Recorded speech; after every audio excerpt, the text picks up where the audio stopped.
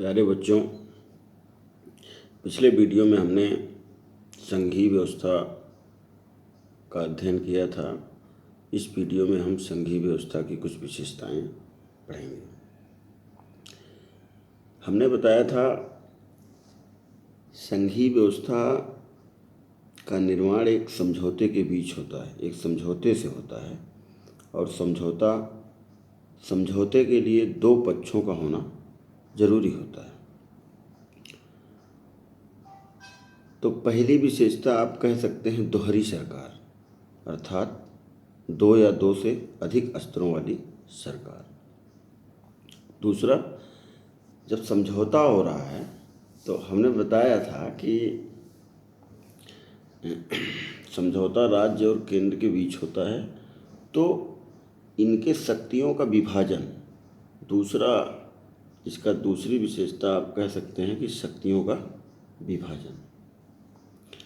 और ये शक्तियों का जो विभाजन होता है कि ये शक्तियाँ केंद्र सरकार के पास होंगी, ये शक्तियाँ संघ के पास होंगी, ये शक्तियाँ राज्यों के पास होंगी।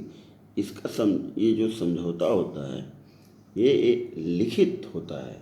लिखित इसलिए होना चाहिए समझौता क्योंकि अगर समझौता लिखित है तो अस्थायी होगा,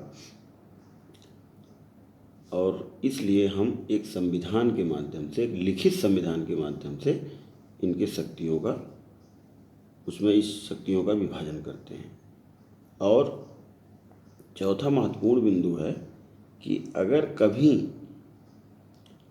इन दोनों स्तरों में, राज्य सरकारों के बीच या केंद्र सरकार में कभी भी कोई डिस्प्यूट होता है, डिस्प्यूट मीन्स अपने शक्तियों का ये उल्लंघन करते हैं, तो एक ऐसी बॉडी होनी चाहिए, कोई एक ऐसी संस्था होनी चाहिए जो ये देखे कि आप उस जो कॉन्ट्रैक्ट हुआ है, जो समझौता हुआ है, उसके अनुसार काम कर रहे हैं या नहीं, क्या किसी ने समझौते का उल्लंघन किया है या नहीं।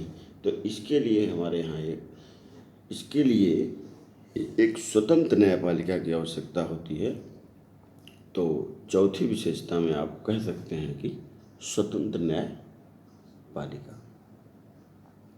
ये तो आपका एक मेन हो गया कि आपसे कोई पूछे तो चूँकि दो पक्षों के बीच समझौता होता है तो दोहरी सरकार, और उनके बीच शक्तियों का विभाजन होता है, आदान प्रदान होता है कि ये शक्ति आपकी होगी, ये शक्ति मेरी होगी, तो शक्तियों का विभाजन।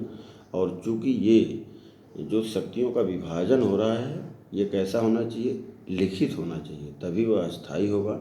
तो इसके लिए लिखित संविधान, और ये समझौता भंग ना हो इसके लिए अपने अधिकारों का कोई उल्लंघन ना करे, इसके लिए एक स्वतंत्र न्यायपालिका की आवश्यकता होती है। तो ये चार विशेषताएं आप कह सकते हैं, दोहरी सरकार, शक्तियों का विभाजन, लिखित संविधान और स्वतंत्र न्यायपालिका। अब आपके किताब में जो लिखा है देखिए, यहाँ सरकार दो या अधिक स्तरों वाली होती है। हाँ, हमने अभी बताया कि संघीय व्यवस्था में सरकारें दो या दो से अधिक स्तरों वाली होती हैं और अलग अलग स्तरों की सरकारें एक ही नागरिक समूह पे शासन करती हैं। जैसे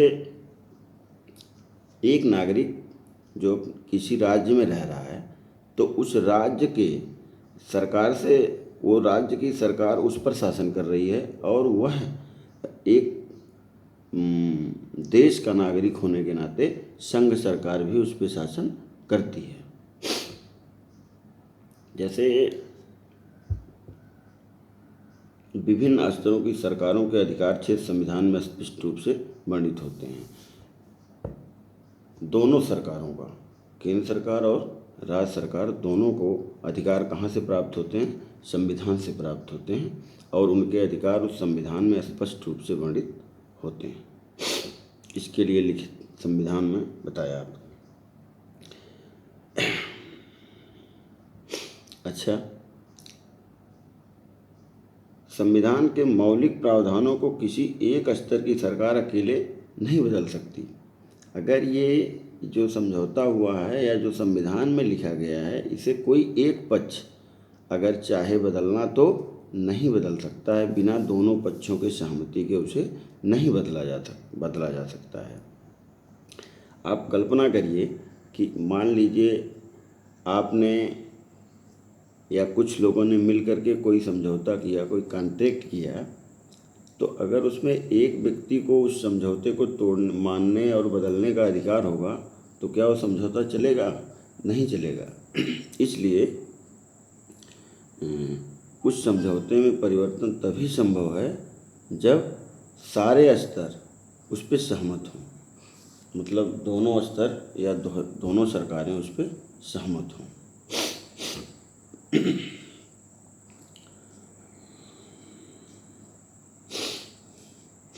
और अदालतों को संविधान और विभिन्न स्तर की सरकारों के अधिकारों की व्याख्या करने का अधिकार है। विभिन्न स्तर की सरकारों के बीच अधिकारों के विवाद को स्थिति में सर्वोच्च न्यायालय निर्णायक की भूमिका में होता है। हमने कहा कि अगर कोई ऐसा विवाद आता है कि आप इन जो समझौता लिखित हुआ है या जो आपको अधिकार प्राप्त हैं, आप इसका उल्लंघन कर रहे हैं, आप इसकी अवहेलना कर रहे हैं, तो इसको देखने के लिए सर्वोच्च न्यायालय की स्थापना होती है। और सर्वोच्च न्यायालय की ये प्रारंभिक अधिकारिता होती है कि वो ये देखे कि राज्य सरकारें और केंद्र सरकारें अपने अपने अधिकार क्षेत्र में कार्य कर रही हैं या नहीं। जब भी कोई मामला डिस्प्यूट होता है केंद्र और राज्यों के बीच, तो सीधे ये सुप्रीम कोर्ट की प्रारंभिक अधिकारिता में आता है।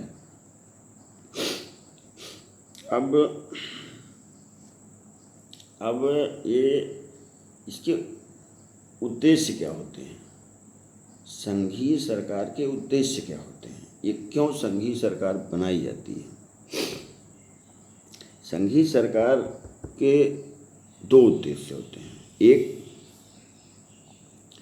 एक तो हम अपनी एकता को बनाए रखें, एक तो अपनी एकता, देश की एकता की सुरक्षा या अपने देश की एकता को बनाए रखें। दूसरा, जो क्षेत्रीय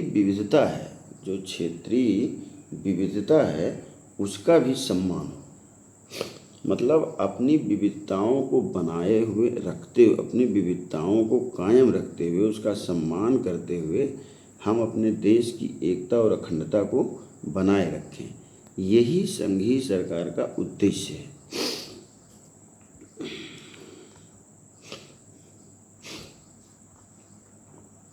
इस कारण संघीय व्यवस्था के गठन और कामकाज के लिए दो चीज़ें सबसे महत्वपूर्ण हैं। विभिन्न स्तरों की सरकारों के बीच सत्ता के बंटवारे के नियम पर सहमति होनी चाहिए और एक दूसरे पर भरोसा होना चाहिए। वे अपने अपने अधिकार क्षेत्रों को मानेंगे। संघीय व्यवस्था में ये दोनों पक्ष होते हैं, आपसी भरोसा और साथ रहने की सहमति। हमने बताया कि संघीय व्यवस्था का जो उद्देश्य है वो क्या है, अपनी लोकल स्तर पर अपनी विविधताओं को बनाए रखते हुए, उसका सम्मान करते हुए देश की एकता और अखंडता को बनाए रखना। अब इस प्रकार इसके गठन के लिए जो इसका मूल बिंदु है, आप कह सकते हैं कि इसका मूल तत्व है, वो क्या है, सहमति और विश्वास। सहमति किसके बीच होनी चाहिए, जो भी पक्षकार समझौते में शामिल हैं उनके बीच आपस में सहमति होनी चाहिए और विश्वास होना चाहिए। विश्वास क्या होना चाहिए कि सारे लोग इस समझौते को मानेंगे। तो इसका मूल आधार जो है क्या है, समझौता मतलब सहमति और विश्वास।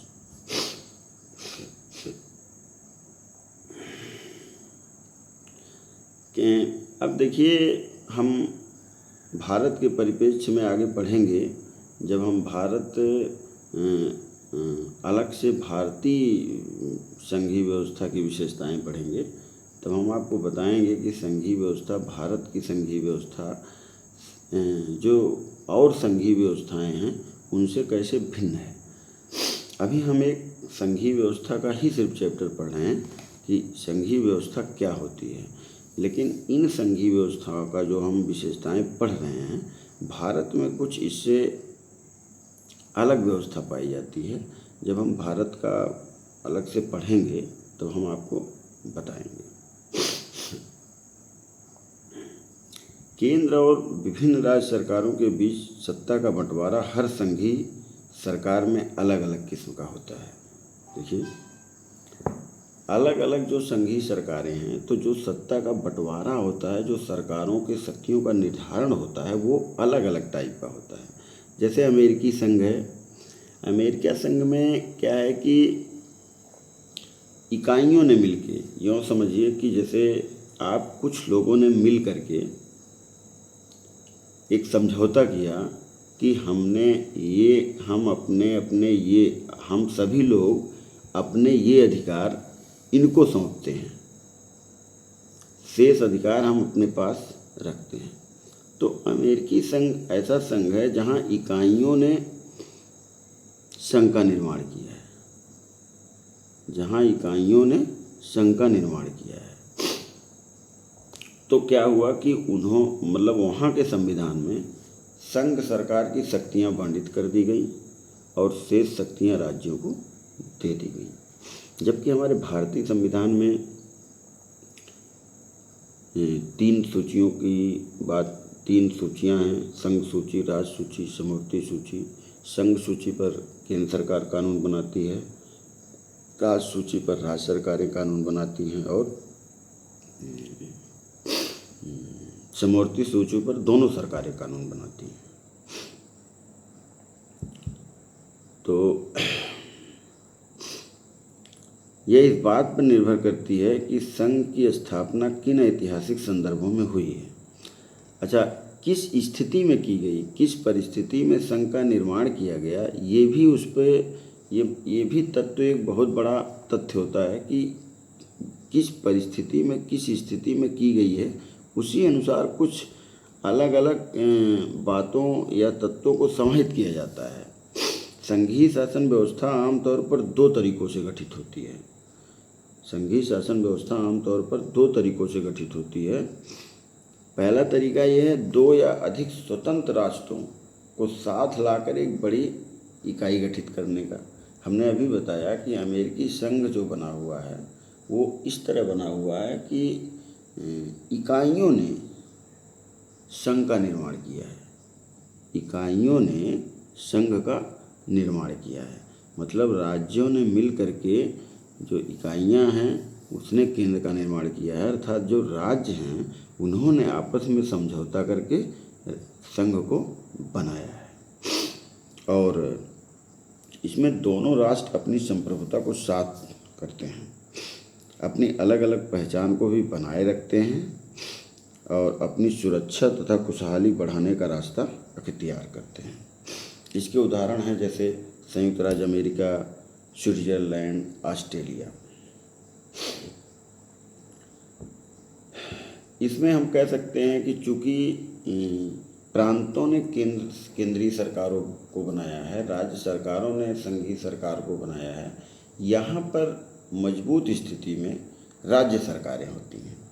लेकिन दूसरा तरीका होता है गठन का जो भारतीय परिप्रेक्ष्य में है, जो कि भारत में पाया जाता है कि संघ ने अपनी शासन की सुविधा के लिए, देश की एकता और अखंडता बनाए रखने के लिए इकाइयों का निर्माण किया है और वो जब चाहे तब इकाइयों में परिवर्तन कर सकता है या इकाइयों को बदल सकता है। इस तरीके से इसमें जैसे भारत है, बेल्जियम है, स्पेन है। तो ये ध्यान देने वाली बात है कि 2 तरीके से निर्माण होता है संघीय व्यवस्था का। पहले में राज्यों ने मिलकर के समझौता किया और एक संघ का निर्माण किया। दूसरा, पूरे संघ ने अपनी शासन सुविधा के लिए, अपने राष्ट्र की एकता और अखंडता को बनाए रखने के लिए इकाइयों का निर्माण किया।